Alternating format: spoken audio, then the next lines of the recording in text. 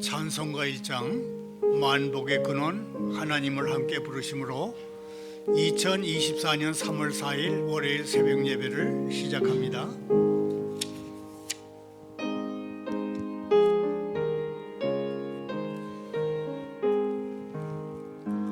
만복의 근원 하나님 온 백성 찬송 드리고 저 천사여 찬송하세 찬송 성부 성자 성령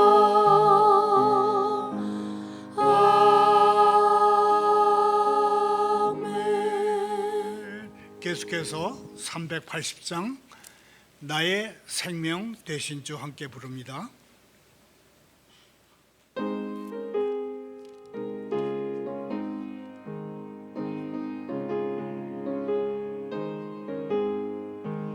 나의 생명 되신 주 주님 앞에 나아갑니다.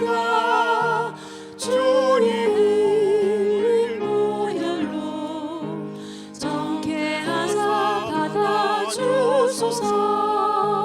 날마다 주를 찬송하겠네. 주의 사랑 줄로서 나를 굳게 잡아 매소서. 괴로운 세상 지낼 때 나를 인도하여 주소서.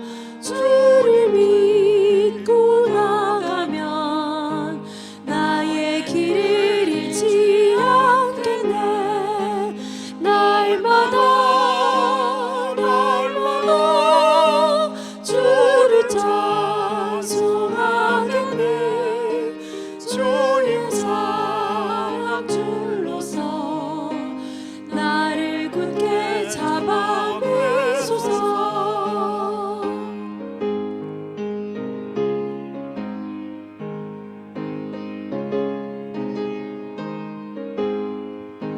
세상 살아갈 때에 주를 더욱 사랑합니다. 밝고 빛난 천국에 나의 영혼 들어가겠네. 날마다 주를 찬송하겠네. 주의 사랑 줄로서 나를 굳게 잡아 매소서.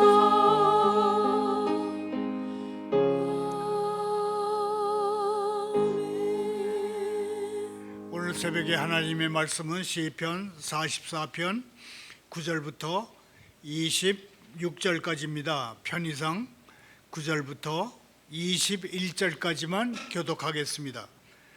그러나 이제는 주께서 우리를 버려 욕을 당하게 하시고 우리 군대와 함께 나아가지 아니하시나이다.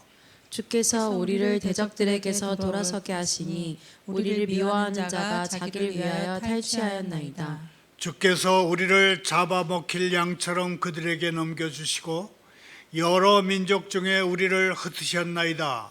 주께서 주의 백성을 헐값으로 파심이여 그들을 판 값으로 이익을 얻지 못하셨나이다. 주께서 우리로 하여금 이웃에게 욕을 당하게 하시니 그들이 우리를 둘러싸고 조소하고 조롱하나이다. 주께서 우리를 뭇 백성 중에 이야깃거리가 되게 하시며 민족 중에서 머리 흔들림을 당하게 하셨나이다. 나의 능력이 종일 내 앞에 있으며 수치가 내 얼굴을 덮었으니 나를 비방하고 욕하는 소리 때문이요 나의 원수와 나의 복수자 때문이니이다.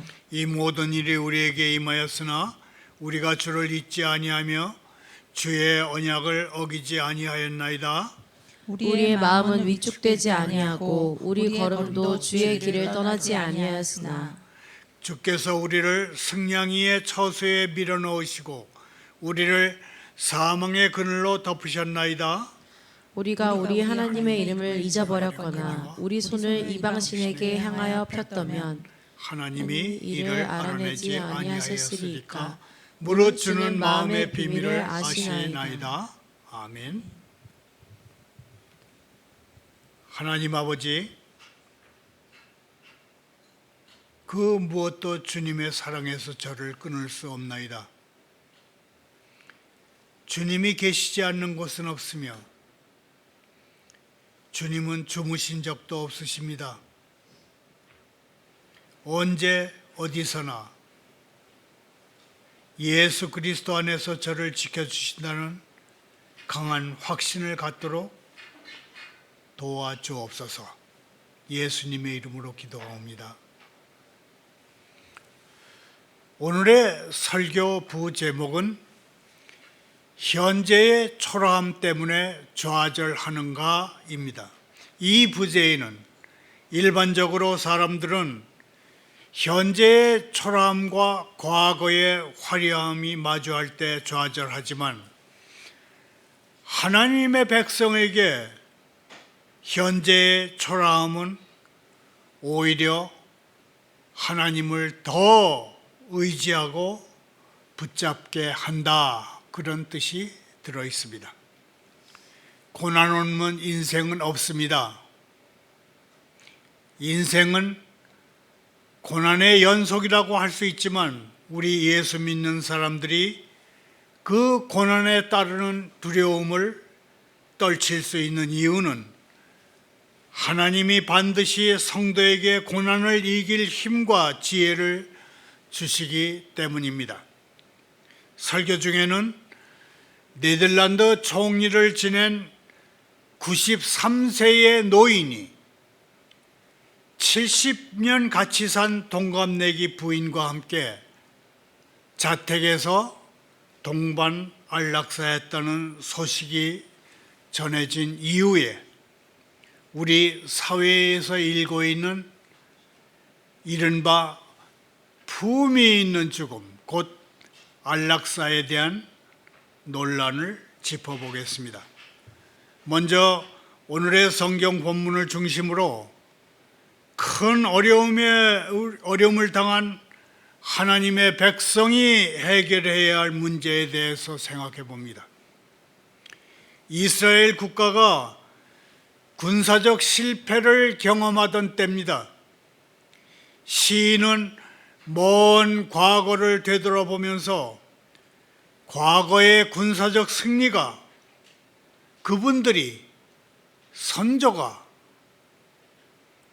자기들의 힘이나 무력으로 그 땅을 정복한 것이 아니라 주님의 힘과 능력과 은혜로 하였으니 주께서 우리 조상들을 사랑했기 때문이라고 노래합니다.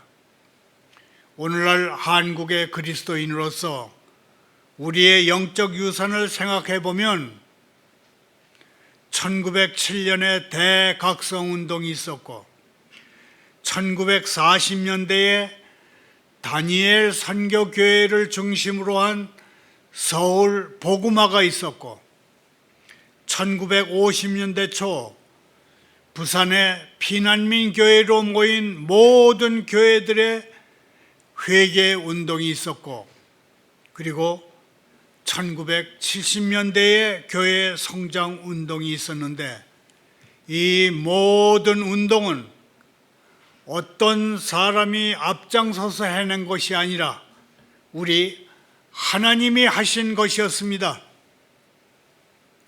시편 44편을 기록한 시인은 군사적 승리를 이루게 하신 하나님을 찬양하면서 이렇게 다짐합니다. 나는 내 활을 의지하지 아니할 것이라. 내 칼이 나를 구원하지 못하리이다. 당장의 처지를 보면 적에게는 강력한 지도자가 있고 그들의 군대는 많은 병력과 여러 가지 무기가 질비합니다. 거꾸로 시인이 사는 국가는 적에 견줄 만한 것이 아무것도 없습니다. 그러나 하나님이 이기게 하셨습니다. 그래서 하나님을 찬양합니다. 오직 믿음으로 하나님의 뜻대로 기도한 사람만이 형편과 조건을 넘어서 승리를 주시는 하나님을 찬양합니다. 믿음은 지금 이 시간의 결과가 아니라 하나님의 때를 기다리는 것임을 우리는 잊지 말아야 할 것입니다. 혹시 현재의 초라함 때문에 좌절하고 넘어집니까? 일반적으로 사람들은 현재의 초라함이 과거의 화려함과 마주할 때 좌절합니다. 그러나 하나님의 백성에게 현재의 초라함은 오히려 하나님을 더 의지하고 붙들게 합니다. 고난 없는 인생은 없습니다. 고난 없는 인생이 없음에도 불구하고 우리가 고난에 따르는 그 어떤 어려움이라도 다 떨쳐버릴 수 있는 것은 하나님이 반드시 성도에게 고난을 이길 힘과 지혜를 주시기 때문입니다. 우리는 성경에서 그때와 이제가 비교되는 것을 자주 보게 됩니다. 지금 우리가 펼쳐둔 시 44편은 슬픈 과거와 영광스러운 현재가 아니라 영광스러운 과거와 현재의 비극적인 현재를 보게 합니다. 그러면서 시인은 외칩니다. 이제 주께서 우리를 버려 굴욕을 당하게 하시고 전쟁터에 우리 군대와 함께 나가지 않으십니다. 과거의 승리를 안겨주신 분께 하나님의 백성들은 여전히 기대하고 있기에 이런 외침이 가능한 것입니다. 그러나 현재 겪는 수치와 창피는 과거의 영광과는 너무나 다르고 차이가 납니다. 지난날 이스라엘을 그토록 소중하게 여기시던 하나님이 지금은 우리를 버려 욕을 당하게 하시고 쓸모없는 물건처럼 주께서 주의 백성을 헐값에 팔아넘기시며 우리로 하여금 이웃에게 욕을 당하게 하시니 그들이 우리를 둘러싸고 조소하고 조롱합니다. 지난날 하나님이 이루신 큰 일들과 오늘은 그렇지 아니함 사이에서 시인은 몸부림치며 괴로워합니다. 행함에 따르는 마땅한 보상을 기대했는데 행함과 보상이 불일치할 때 시인은 더욱 큰 고민에 빠집니다. 시련 중에도 이스라엘을 주님을 잊지 아니하여 주님의 언약을 어기지 아니하였습니다. 그들의 마음은 위축되지 아니하고 그들의 걸음도 주의 길을 떠나지 아니했습니다. 하나님 말고 다른 신을 섬긴 적도 없고 우리 하나님의 이름을 잊어버리거나 우리 손을 이방 신을 향해서 편 적도 없습니다. 주님의 언약을 어긴 적도 없고 주님의 길을 떠난 적도 없으며 우상을 떠반 적도 없는데 주님은 우리를 승냥이의 처소에 밀어넣으시고 우리를 사망의 그늘로 덮으셨습니다.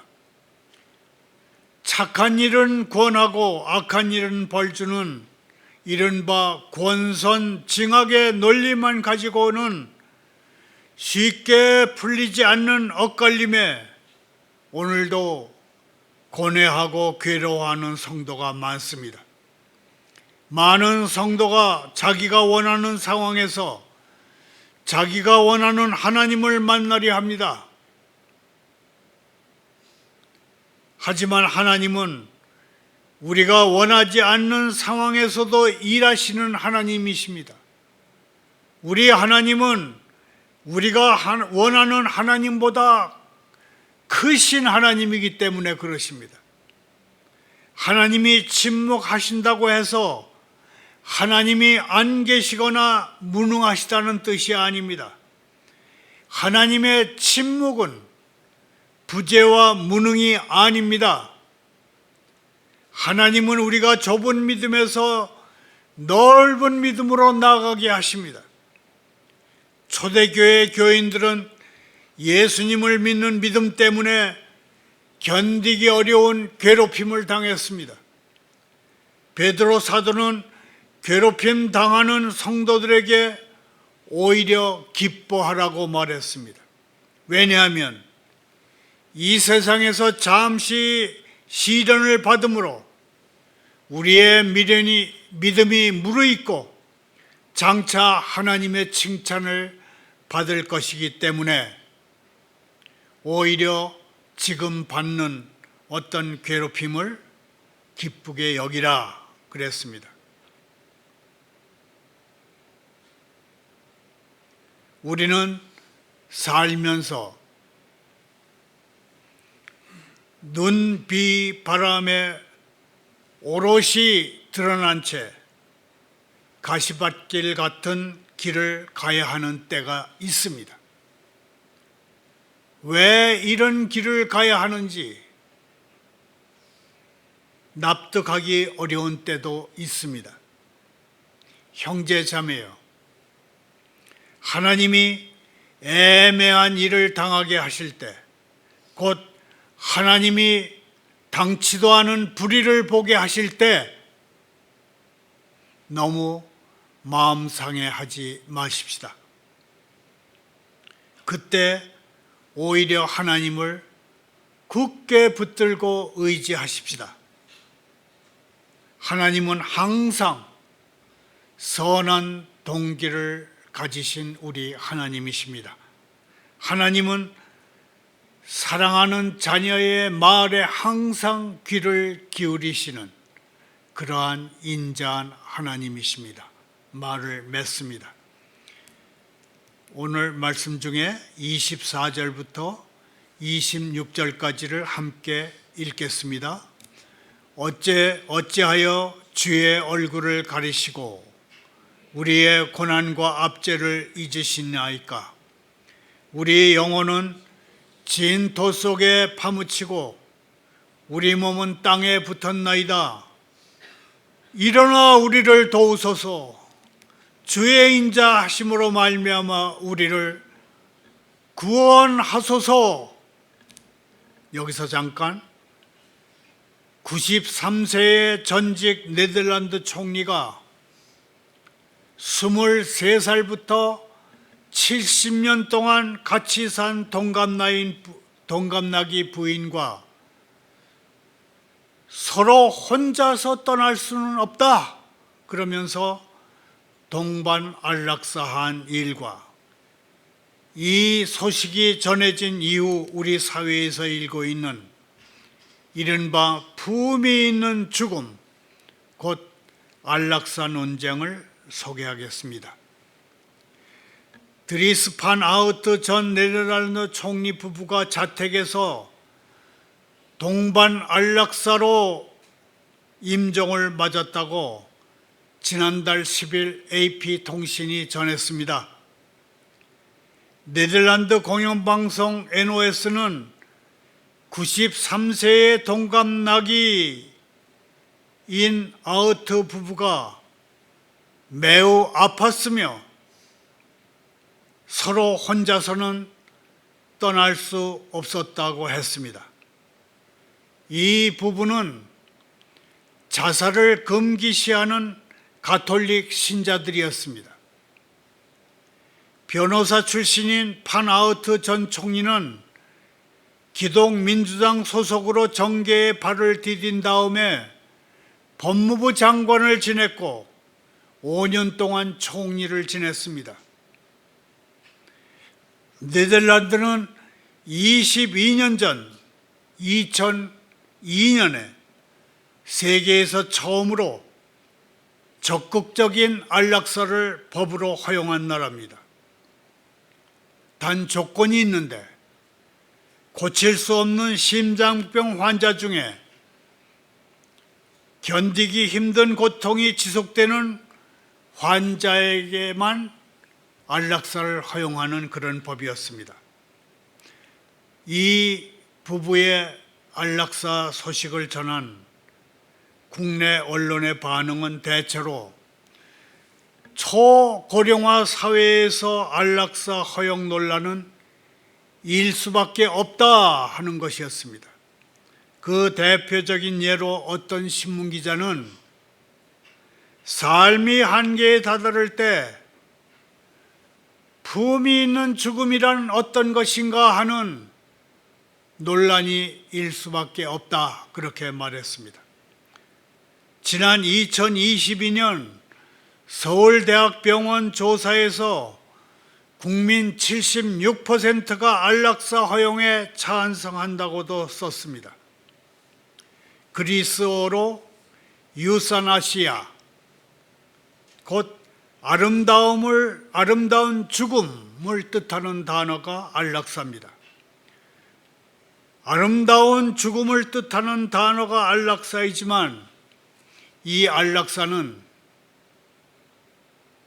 자살과 타살 그 어느 어간에 있는 죽음입니다.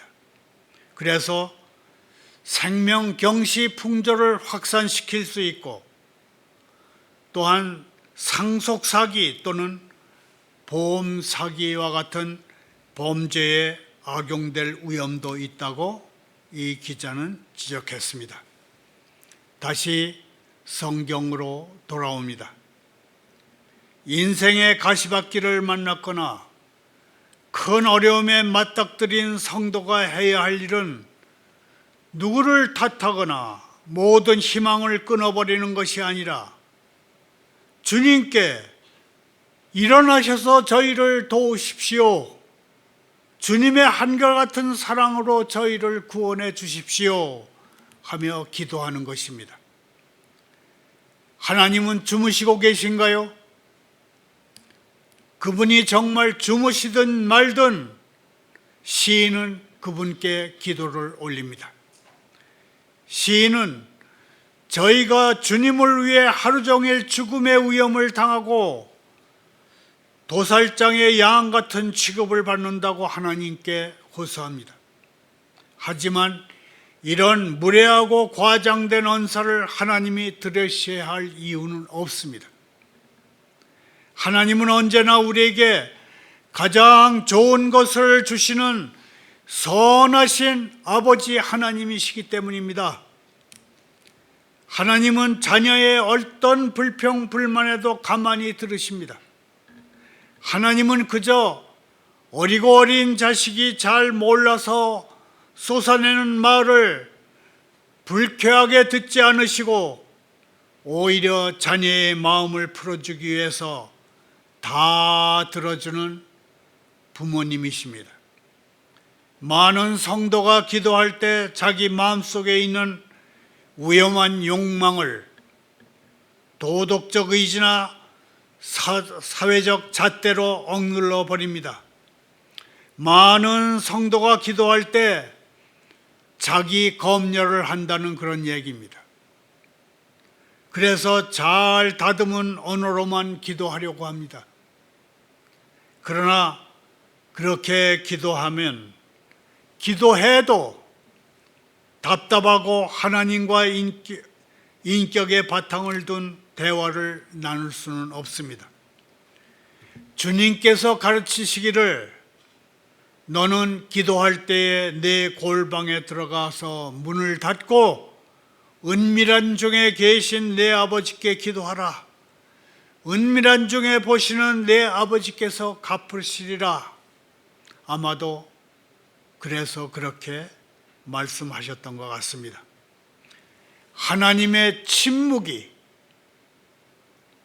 우리의 말을 들으시기 위함이라면, 하나님이 들으시기 위해서 침묵하신다면 우리는 솔직하게 말씀드리고 마음속에 고인 원망과 분노를 비워내야 합니다. 그래야 우리에게 말씀하시는 하나님의 음성을 들을 수 있습니다. 이스라엘 공동체가 민족적인 재난을 맞은 것은 하나님의 약속을 저버렸기 때문입니다. 하나님의 말씀을 버렸을 때 민족적인 재난을 맞았습니다.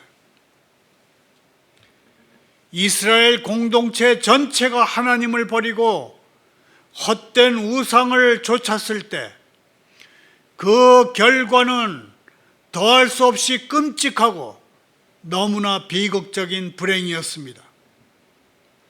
믿음은 끝까지 하나님과 함께 하는 것입니다.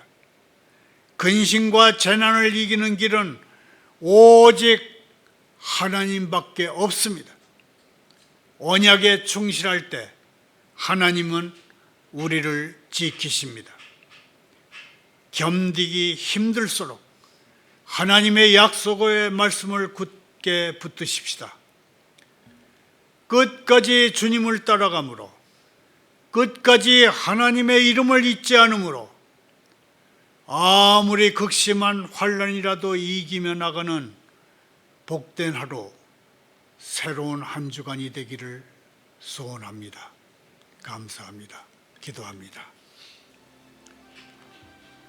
하나님 아버지,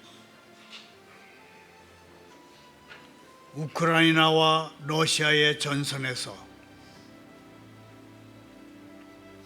이스라엘과 팔레스타인 전선에서